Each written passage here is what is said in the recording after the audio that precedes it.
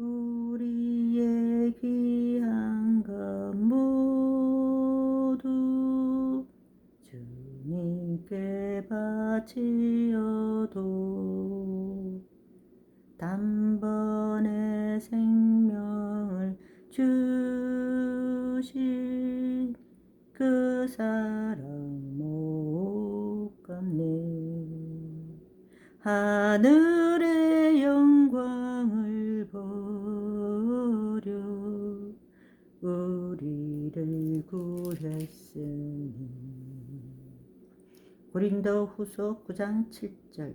각각 그 마음에 정한 대로 할 것이요 인색함으로나 억지로 하지 말지니 하나님은 즐겨내는 자를 사랑하시느니라. 저는 이 말씀이 하나님께 헌금 드리는 가장 올바른 성도의 자세라고 보는데요. 마음에 정한 대로 기쁘게 감사한 마음을 고스란히 담아 하나님께 올려드리는 헌금은 예배드림의 한 부분이라고 생각합니다. 몸과 마음과 정성을 다하여 예배드리는 그 시간, 그 장소에서 몸을 드리고 물질이 있는 곳에 마음이 있다라는 말처럼 마음을 드리는 부분이 바로 이 헌금이 아닐까 싶은데요. 헌금은 금액이 많고 적음의 문제는 아니고 얼마나 기쁘게 감사하게 내느냐를 하나님이 보실 텐데요. 오늘은 11조를 내는 것에 대한 저의 입장과 생각과 에피소드랄까 이런 부분을 한번 나누어 보고자 합니다. 저는 11조를 낼까요? 안 낼까요? 짐작하시겠지만 냅니다. 11조는 제가 수십 년 선대위 크리스찬으로 살 때도 냈습니다. 왜요? 내고 싶으니까 하나님이 주셨는데 10분의 1 정도는 구별해서 드리는 것이 하나님께 대한 저의 유일한 감사의 표현이었죠. 옛날에 대형 교회 다닐 때는 매주마다 냈습니다.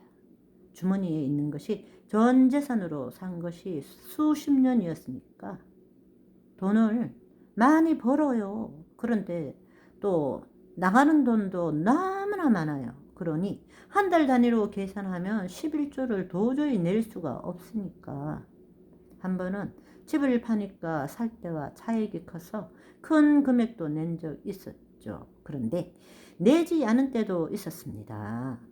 주머니에 주일 헌금 외에 없으면 못 내는 거죠.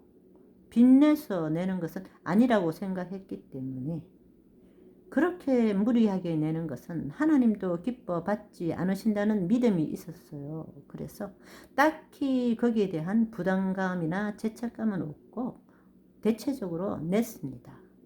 그러면 11조를 잘 냈으니까 저는 부자가 되었을까요? 네, 저는 부자입니다. 11조를 잘 내서 부자가 된 것이 아니라 태생이 부자로 태어났어요. 금수저라니까. 우리 아버지가 누군지 아세요? 어마어마한 분이세요. 천지를 창조하셨죠. 이 온 우주를 만드시고 모든 것을 소유하신 분이 우리 아버지거든요. 아버지가 이렇게 부자인데 세상 천지에 내 거는 아무것도 없어요. 다 아버지 거예요. 그러니 그냥 달라면 주세요. 그런다 해서 제가 기도할 때 이거 주세요, 저거 주세요 하느냐? 그건 또 아닙니다. 무엇을 달라는 기도는 거의 안 하는 편인데요. 왜? 알아서 주시니까 필요를 채워주시는 하나님. 저의 필요는 그냥 때 되면 먹고 싶은 거 아무거나 먹는 것 그게 다예요.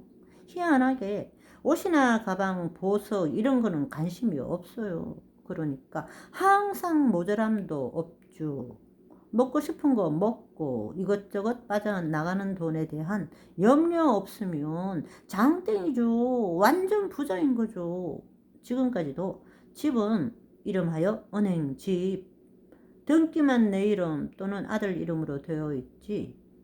지금 내가 사는 이 집도 은행 거, 아들이 사는 집도 은행 거, 이것저것 이자, 기계비용, 물품 대금 나갈 때 요즘은 통장이 제로는 아니니까 더 풍성한 거고 부자 된 거죠. 그런데 참 아이러니하죠. 이때까지 아마 거의 가지고 있는 전 재산이 한 달 수입을 뛰어넘지를 못해요. 그것도 참 신기한 일이죠. 알뜰살뜰 적금 넣으시는 분들은 이해를 못 하실 것 같은데, 적금을 거의 넣어 본 적이 없는데 그것도 습관이에요. 돈을 모을 줄은 몰라요. 돈 있으면 여기저기 마음이 가는 대로 흘러보내고, 쌓이면 좋은 거고, 없으면 뭐 누가 답답해요? 정답 아시죠? 아버지가 답답하시지 내가 답답할 일이 없잖아요. 내가 헛된 곳에 잘못된 것에 쓰지 않는데 돈이 똑 떨어졌다 그러면 용돈 바로 주시죠. 제가 아프면 누가 손해죠? 아버지가 큰 손해 보시는 거예요. 보잘것없지만 영과 혼과 몸 모두 주님께 드립니다. 시간이고 돈이고 뭐 이상하게 벌 수도 있지만 밥 사 먹는 것도 헌금하는 걸로 믿고 살아왔어요.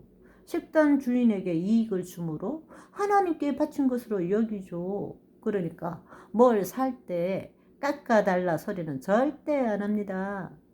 그 사람의 원가 이외의 일부는 다 헌금으로 바치는 거니까. 저 입장은 평생이 그랬어요. 형편이 안 닿으면 안 사면 되지 깎아달라 싸게 해달라 절대 안 합니다. 내일부터는 다른 목사님 설교를 참조해서 11조에 대한 이야기를 할 건데, 보통 11조 하면 말라기에서 너희가 나의 것을 도적질했다, 온전한 11조를 내봐라, 너희에게 복을 쌓을 것이 없도록 부어줄 거다, 이것을 가지고 많이들 설교하시는데, 그 말씀의 앞과 뒤 문맥과 이스라엘의 역사를 보고 말씀을 하는 것이 좋은데, 그 구절만 딱 떼어서 말하는 것, 그것도 참 안 좋은 듯 하여요. 또 록펠러 이야기도 많이들 하잖아요.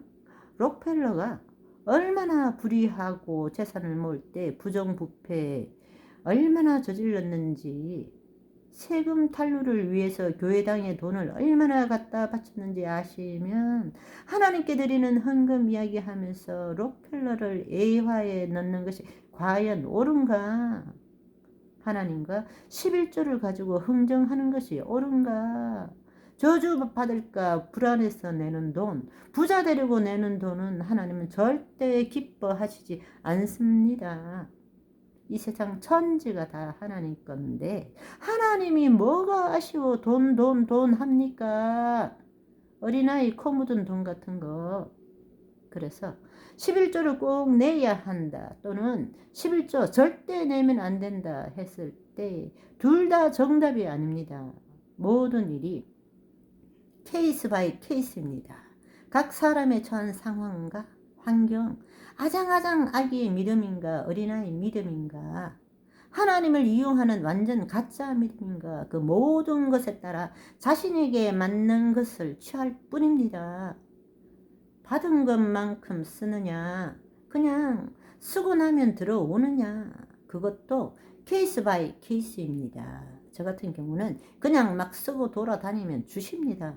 다만 헛되고 또는 망령된 곳에 쓰지 않을 때 사치와 낭비를 말하는 것이 아닙니다. 이런 정답이 없는 것을 가지고 왈가왈부할 필요는 없고 싸울 필요도 없습니다.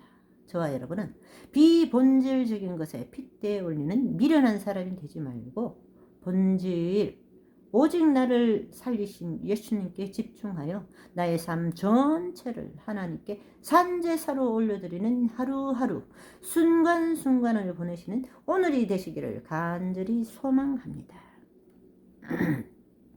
주님께 귀한 것 드려 젊을 때 힘다하라.